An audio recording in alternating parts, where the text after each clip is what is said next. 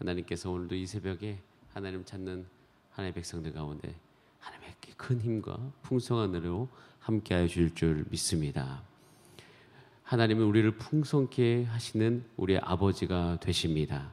여러분, 이것을 우리 가운데 믿음이 날마다 이것 가운데 자라가고 하나님을 의지하면서 이 땅 가운데 넉넉히 하나님이 주신 은혜를 누리게 되기를 간절히 원합니다. 오늘 1절에 이렇게 그 말씀이 이어서 기록하고 있어요. 우리 같이 한번 1절 말씀 읽어보겠습니다. 시작. 이스라엘은 열매 맺는 풍성한 포도나무라. 그 열매가 많을수록 제단을 많게 하며 그 땅이 번영할수록 주상을 아름답게 하도다. 자, 이 말씀 잠깐 머물러 주시고요. 여기 보면 하나님께서 말씀하십니다. 이스라엘은 열매 맺는 풍성한 포도나무다. 그리고 그 땅이 번영한다라고 되어 있습니다. 여러분, 하나님께서는 이스라엘을 번영케 하셨습니다. 하나님께서는 이스라엘을 많은 열매를 맺게 하셨습니다. 이것에 대한 오해가 이들이 분명히 있어요. 나중에 2절을 보게 되면 알 수 있는데, 그런데 열매를 맺고 번영할수록 일어나는 삶의 결과가 이상합니다. 그것은 열매를 많이 맺을수록 재단을 많게 하며 그 땅이 번영할수록 주상을 아름답게 한다는 것이에요. 여러분, 이것이 우리 삶에 나타나는 굉장히 하나님으로부터 멀어질 수 있는 아주 암적인 요인입니다.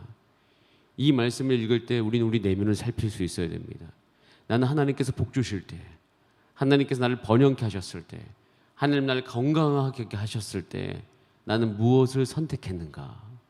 여러분, 이것이 우리의 하나님께서 우리에게 주신 그 복이 연속화될 수 있는 중요한 비법 중에 하나인데, 사람들이 여기서 어리석어서 그것을 선택하지 못합니다.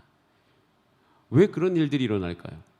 왜 번영할수록, 왜 무성한 포도나무가 될수록 그렇게 그 마음 가운데 하나님을 두기보다는 제단을 많게 하고 주상을 아름답게 했다는 것은요, 이 여로보암 2세 시대에 일어나는 수많은 우상 숭배에 대한 이야기인 것입니다. 아주 막강했어요. 물론 솔로몬 때만큼은 아니지만 솔로몬 때만큼의 그 모든 것이 이어져 가지고 다윗, 솔로몬, 자, 그 이후에 모든 것이 연속화돼 가지고 이때 당시 상당히 경제가 풍요로웠습니다. 이때 하나님의 말씀을 들었더라면 이런 아쉬움이 있어요. 그래서 이것이 아주 경쟁적으로 주상들을 꾸미는 것들, 그 다음에 제단들이, 산당들이 많아진다는 것은 뭐 하나님께 예배드리는 것이 많아지는 게 좋겠죠? 아닙니다. 그렇지 않습니다. 이 산당들이 많아진다는 것은 예배의 편리성, 즉 얘기하면 예배는 헌신이 요구되어지고 예배는 드림이 중요한데 그거 안 하겠다는 거예요.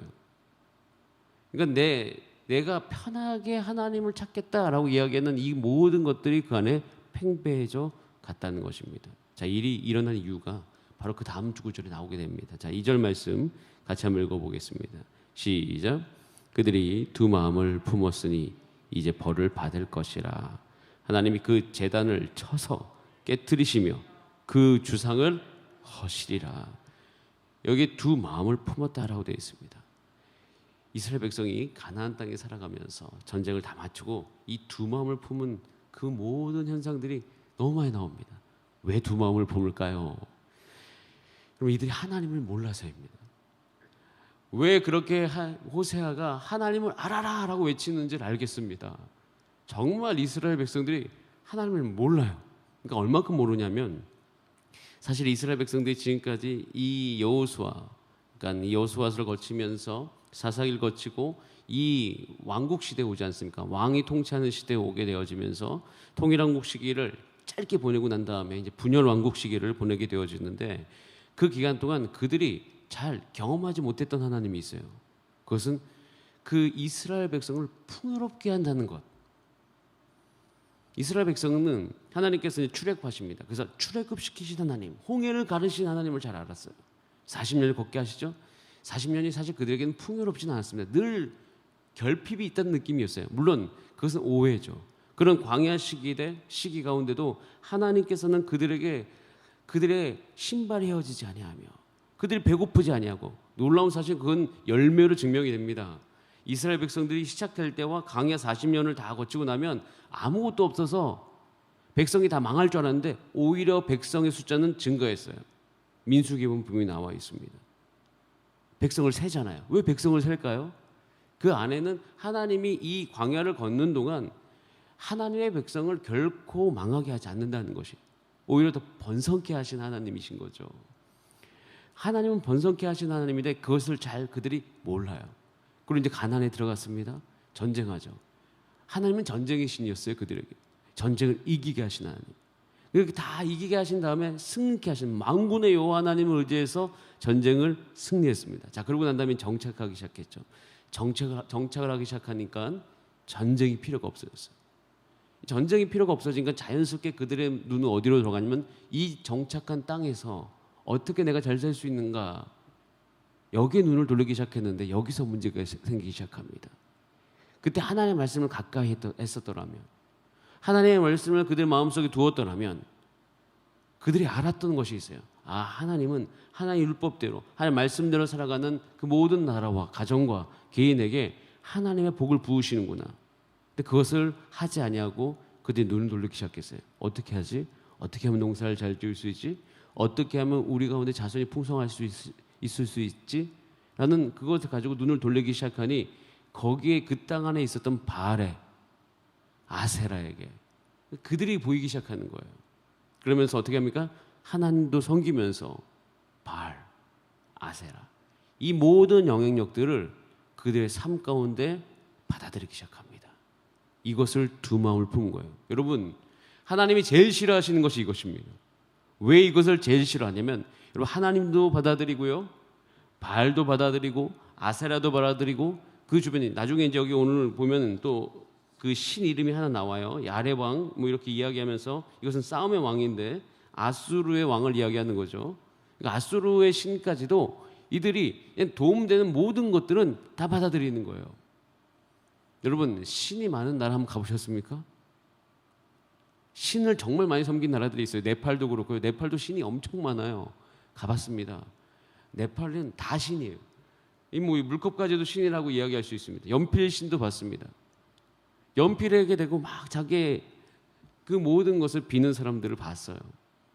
근데 여러분, 정말 그들이 신을 섬기는 것입니까? 여러분, 이렇게 두 마음을 품기 시작하고 여러 신들을 혼합적으로 받아들이기 시작하면, 여러분, 우리는 신을 섬기는 게 아닙니다. 무엇을 섬기고 있느냐? 자신의 욕구를 섬기고 있는 거예요. 그러니까 내 자신을 섬기는 거예요. 내 위를 섬기고 있는 것이고 내 욕구를 섬기고 있는 것이에요.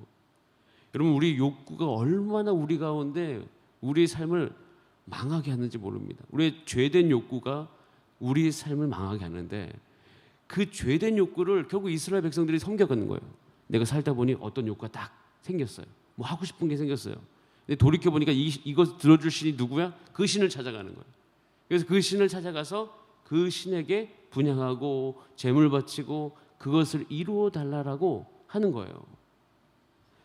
그런데 하나님은 그거 하지 않으셨거든요. 하나님은 어떻게 하십니까? 만약에 잘못된 욕구를 갖고 가면 하나님께서 어떻게 해요? 재단에서 그걸 살르시고 새롭게 마음을 바꾸시고 온전하게 살 수 있도록 도와주시는데, 사람들이 그것이 싫다 싫다 싫다 이렇게 이야기하는 것입니다. 여러분, 여기에서 우리 호세아 10장을 통해서 우리 내면을 살펴볼 수 있어야 됩니다. 하나님 우리를 번성케 하십니다. 저와 여러분을 풍요롭게 하시는 아버지인 줄 믿습니다. 자, 그런데 우리 내면을 살펴보니 오늘 하루를 살아가면서 여러 가지 사람들의 말을 들으면서 우리의 마음속에 두 마음을 품을 수 있더라. 그래서 우리가 다시 한번 오늘 하나님의 말씀을 살피면서 하나님의 백성으로 이 땅을 살아가면서, 주님, 나의 마음을 오늘도 주의 성령으로 정결하게 하여 주시옵소서, 주의 성령으로 깨끗하게 씻어 주시옵소서, 이렇게 기도하는 저와 여러분의 삶이 되기를 간절히 원합니다. 여러분, 이스라엘 백성들이 이렇게 하지 않았어요. 이렇게 하지 않으니까 어떻게 되어져요? 5절부터 그 이스라엘의 그렇게 된 결과들이 쭉 나오게 되어집니다. 여기 보면 이렇게 되어 있어요. 5절에 이는 그의 영광이 떠나갔다. 제사장도 슬퍼한다. 하나님의 영광이 그 이스라엘에게 떠나가기 시작합니다. 그리고 이제는 더 나가서 수치를 당하죠. 어떻게 해요? 예물로 야레 왕에게, 그러니까 아수르 왕에게 드리기 시작하는 거예요. 그래서 이 에브라임, 북이스라엘은 수치스러운 일들을 당하기 시작합니다. 하나님의 백성으로서 이 땅 안에서 하나님께서 주어지는 복으로 이 세상에 당당하게 살 수 있도록 하나님께 도와주시는데, 우리가 이 세상의 것을 휘둘르기 시작하는 거예요. 그럼 수치를 당하는 거죠. 그래서 이스라엘은 스스로 부끄러워하게 되는 일들이 일어나게 되어집니다. 그러면서 어떻게 돼요? 자, 7절 말씀이 있습니다. 자, 하나님의 백성으로서 이렇게 되면 안 되는 것이 있어요. 자, 7절 말씀, 오늘 본문 7절입니다. 시작.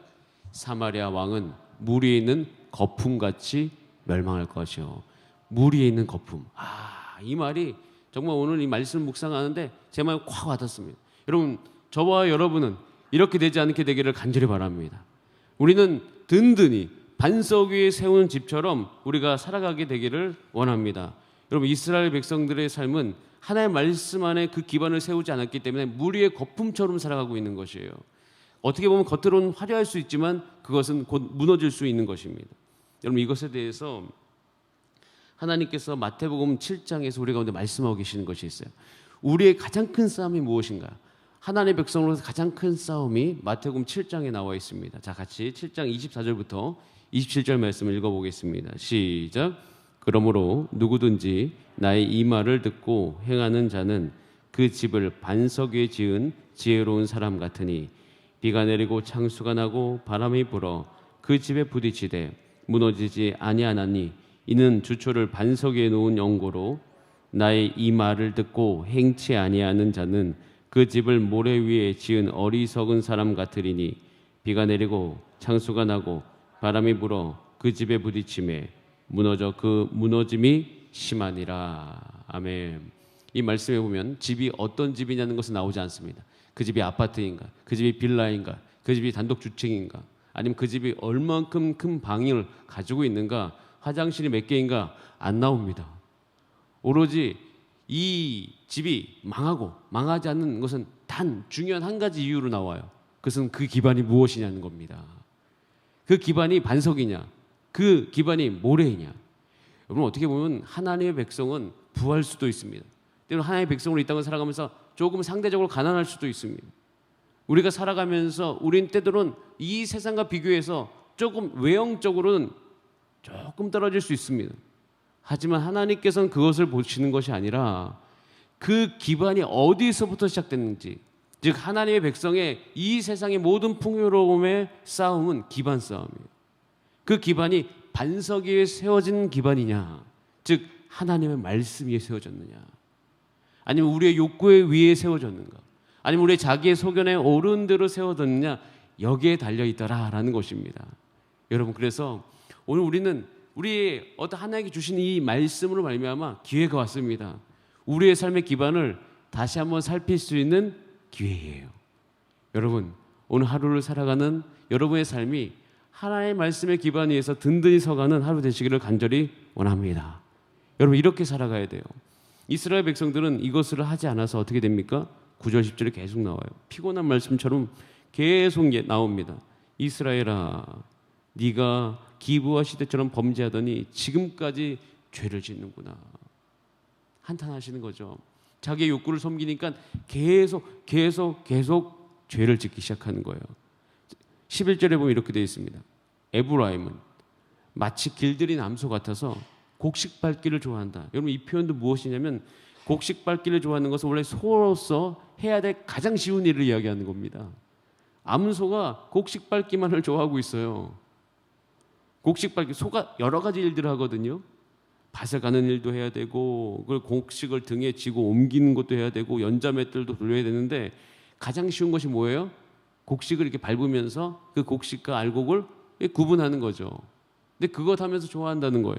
그만큼 이 이스라엘 백성들이 삶이 이렇게 무너졌더라. 자, 그래서 하나님께서 오늘 저 여러분 가운데 하시는 말씀, 또 우리가 기도의 제목이 12절에 나옵니다. 우리 같이 한번 12절 말씀 읽어보겠습니다. 시작. 너희가 자기를 위하여 공의를 심고 인애를 거두라. 너희 묵은 땅을 기경하라. 지금이 곧 여호와를 찾을 때니 마침내 여호와께서 오사 공의를 비처럼 너희에게 내리시리라. 아멘. 따라하겠습니다. 묵은 땅을 기경하라. 여러분, 우리는 오늘 묵은 땅을 기경해야 될 때인 줄 믿습니다. 묵은 땅은 어디입니까? 우리의 마음입니다. 우리의 마음. 하나님께서 우리 가운데 이 코로나19를 지나가게 하시고 위드 코로나 시기가 오게 하고, 또 그 가운데 아직도 여기로부터 우리가 안전하다는 보장은 없지만 중요한 것은 다음 이제 앞으로 오는 새해에는 하나님께서 우리 가운데 새로운 일을 행하시기를 원하시니, 그것을 준비하면서 우리가 먼저 해야 될 것은 우리의 마음, 우리의 묵은 마음을 기경해야 되는 일이라고 믿습니다. 하나님께서는 이 일들로 우리를 초대하고 계셔요. 그래서 새벽에 이 소선지서를 묵상하게 하시는 거예요. 사실 선지서를 묵상하고 해나간다는 것은 우리 묵상집에서도 그렇게 선호하진 않습니다. 왠지 아세요? 무거운 이야기들로 가득 차 있기 때문이에요. 힘든 이야기들로 가득 차 있기 때문이에요. 근데 여러분 왜 무겁고 힘드냐면 하나님의 마음이 그래서 그래요. 하나님의 마음이 이스라엘 백성을 바라보는 하나님의 마음이 무겁습니다. 하나님의 백성을, 죄된 하나님의 백성, 하나님께부터 멀리 떠난 하나님의 백성, 그 삶을 하나님의 말씀의 기반 위에 세우지 않는 백성, 그 백성을 바라보시는 하나님의 마음이 그래요. 무겁고 하나님의 마음이 안타까운 것입니다. 그래서 저는 조금 우리가 힘들 수 있지만 이 시기에 오히려 더 잘 됐습니다. 여러분 기도하고자 하는 마음은 그 안타까움이 느껴져야 돼요. 이 절박함이 느껴져야 돼요. 하나님 아버지의 마음이 우리가 다가오지 않으면 우리 잘 기도하지 않습니다. 근데 이 말씀을 묵상할수록 하나님 아버지의 마음이 우리 마음 다 다가오기 시작해요. 지금 현재 우리나라의 하나님의 백성들 바라보시면서 느끼시는 하나님의 마음 같아요. 답답하기도 하고 안타깝기도 하고 뭔가 우리도 똑같이 느끼는 그 지점이 분명히 있습니다. 여러분, 첫 번째, 여러분의 삶의 묵은 마음을 위해서 기도하시기 바랍니다. 두 번째, 우리 주변의 우리 성도님들의 마음을 위해서 기도하시기 바랍니다. 근데 여러분 그 마음에 대한 기도의 방향성이 무엇인가? 마태복음 13장에 정확히 나와 있어요. 우리 같이 요것까지만 읽어보고 함께 기도하시겠습니다. 자, 마태복음 13장 18절부터 23절이에요. 시작. 그런즉 씨 뿌리는 비유를 들으라. 아무나 천국 말씀을 듣고 깨닫지 못할 때는 악한 자가 와서 그 마음에 뿌려진 것을 빼앗나니 이는 곧 길가에 뿌려진 자요 돌밭에 뿌려졌다는 것은 말씀을 듣고 즉시 기쁨으로 받되 그 속에 뿌리가 없어 잠시 견디다가 말씀을 말미암아 환난이나 박해가 일어날 때에는 곧 넘어지는 자요 가시떨기에 뿌려졌다는 것은 마음을 드러나 세상의 염려와 재물의 유혹에 말씀이 막혀 결실하지 못하는 자요 좋은 땅에 뿌려졌다는 것은 말씀을 듣고 깨닫는 자니 결실하여 어떤 것은 100배 어떤 것은 60배 어떤 것은 30배가 되느니라 하시더라. 아멘. 묵은 땅을 기경하라. 그것이 이것입니다.